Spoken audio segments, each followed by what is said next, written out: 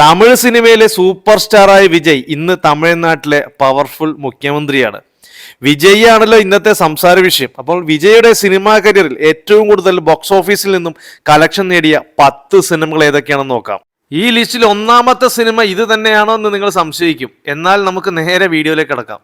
ഈ ലിസ്റ്റിലെ 10ാമത്തെ cinema 2014 RT നീസൻ സംവിധാനം ചെയ്ത് പുറത്തിറങ്ങിയ ജില്ല എന്ന സിനിമയാണ്. വിജയിയോടൊപ്പം ഈ സിനിമയിൽ മോഹൻലാലും പ്രധാന കഥാപാത്രത്തെ അവതരിപ്പിച്ചിരുന്നു. കാജൽ അഗർവാൾ ആയിരുന്നു സിനിമയിലെ നായിക. 56 കോടി ബജറ്റിൽ മുതൽ മുടക്കിയാണ് ഈ സിനിമ നിർമ്മിച്ചത്. ബോക്സ് ഓഫീസിൽ നിന്ന് വേൾഡ് വൈഡ് ഈ സിനിമ നേടിയത് 78 കോടി രൂപയാണ്. സിനിമക്ക് സൂപ്പർ ഹിറ്റ് വിജയം നേടാൻ സാധിച്ചിട്ടുണ്ട്. ഈ ലിസ്റ്റിലെ 9ാമത്തെ സിനിമ 2012 എസ് ശങ്കർ സംവിധാനം ചെയ്ത് പുറത്തിറങ്ങിയ നൻപൻ എന്ന സിനിമയാണ്. 2009 ആമിർ ഖാൻ, കരീന കപൂർ, ആർ മാധവൻ, ശർമ്മൻ ജോഷി എന്നിവർ പ്രധാന വേഷത്തിലെത്തി പുറത്തിറങ്ങിയ 3 ഇഡിയറ്റ്സ് എന്ന സിനിമയുടെ തമിഴ് റീമേക്ക് ആയിരുന്നു. വിജയിയോടൊപ്പം ജീവ, ശ്രീകാന്ത് എന്നിവരാണ് മറ്റു പ്രധാന കഥാപാത്രങ്ങളെ അവതരിപ്പിച്ചിരുന്നത്. 55 കോടി മുതൽ മുടക്കിയാണ് ഈ സിനിമ നിർമ്മിച്ചത്. ബോക്സ് ഓഫീസിൽ നിന്നും 86 കോടിക്ക് മുകളിൽ ഈ സിനിമ കളക്ഷൻ നേടിയിരുന്നു. സിനിമയ്ക്ക് സൂപ്പർ ഹിറ്റ് വിജയം നേടാൻ സാധിച്ചിട്ടുണ്ട്. ഈ ലിസ്റ്റിലെ 8ാമത്തെ സിനിമ 2015 ചിമ്പുദേവൻ സംവിധാനം ചെയ്ത് പുറത്തിറങ്ങിയ പുലി എന്ന സിനിമയാണ്.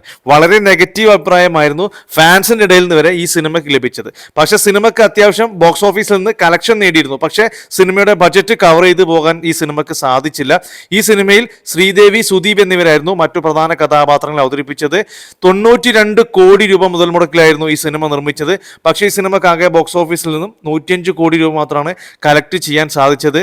സിനിമ ബോക്സ് ഓഫീസിൽ വമ്പൻ പരാജയമായിരുന്നു.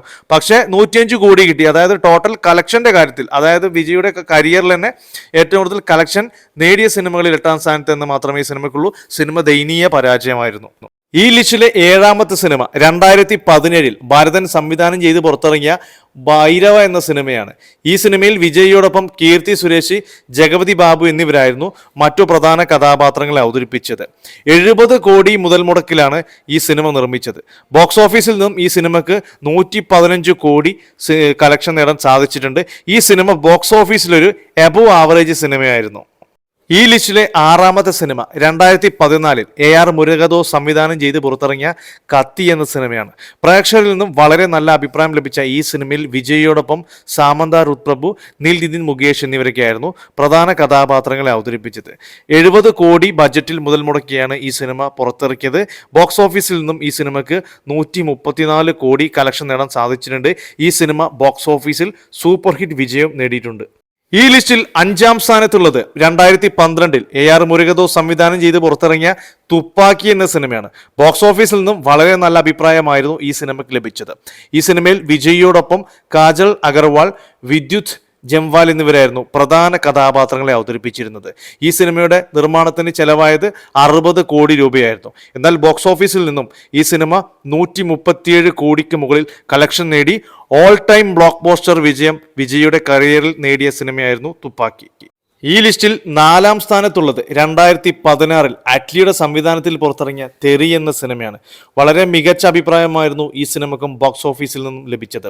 ഈ സിനിമയിൽ വിജയോടൊപ്പം സാമന്ത രുത്പ്രഭു, ആമി ജാക്സൺ എന്നിവരായിരുന്നു മറ്റു പ്രധാന കഥാപാത്രങ്ങളെ അവതരിപ്പിച്ചത്. ഈ സിനിമയുടെ നിർമ്മാണത്തിന് ചെലവായത് 72 കോടി രൂപയായിരുന്നു. എന്നാൽ ബോക്സ് ഓഫീസിൽ നിന്നും 168 കോടിക്ക് മുകളിൽ കളക്ഷൻ നേടിയിരുന്നു. വിജയുടെ കരിയറിലെ മറ്റൊരു ബ്ലോക്ക് പോസ്റ്റർ സിനിമയായിരുന്നു തെറി.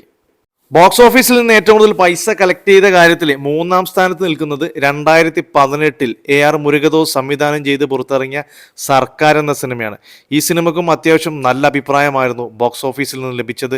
വിജയോടൊപ്പം കീർത്തി സുരേഷ്, വരലക്ഷ്മി, ശരത് കുമാർ എന്നിവരായിരുന്നു മറ്റു പ്രധാന കഥാപാത്രങ്ങളെ അവതരിപ്പിച്ചത്. ഏകദേശം 130 കോടി രൂപ മുതൽ മുടക്കിയായിരുന്നു ഈ സിനിമ നിർമ്മിച്ചിരുന്നത്. ഈ സിനിമക്ക് ബോക്സ് ഓഫീസിൽ നിന്നും 258 കോടി രൂപ കളക്ട് ചെയ്യാൻ സാധിച്ചിട്ടുണ്ട്. സിനിമ വിജയിയുടെ കരിയറിലെ മറ്റൊരു ബ്ലോക്ക് പോസ്റ്റർ ആയിരുന്നു. AR മുരുകദോസും വിജയും ഒന്നിച്ച മിക്ക പടങ്ങളും ബ്ലോക്ക് പോസ്റ്ററുകളാണല്ലേ. ഈ ലിസ്റ്റിൽ 2ാം സ്ഥാനം നേടിയിരിക്കുന്നത് 2017 ആറ്റ്ലിയുടെ സംവിധാനത്തിൽ പുറത്തിറങ്ങിയ മെർസൽ എന്ന സിനിമയാണ്. ഈ സിനിമയിൽ വിജയോടൊപ്പം പ്രധാന കഥാപാത്രങ്ങളെ അവതരിപ്പിച്ചിരുന്നത് നിത്യ മേനോൻ, എസ്.ജെ. സൂര്യ എന്നിവരാണ്.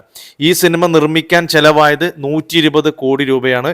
ബോക്സ് ഓഫീസിൽ നിന്നും ഈ സിനിമ കളക്ട് ചെയ്തത് 267 കോടിയാണ്. ഈ സിനിമക്കും ബ്ലോക്ക് ബസ്റ്റർ വിജയം നേടാൻ സാധിച്ചിട്ടുണ്ട്.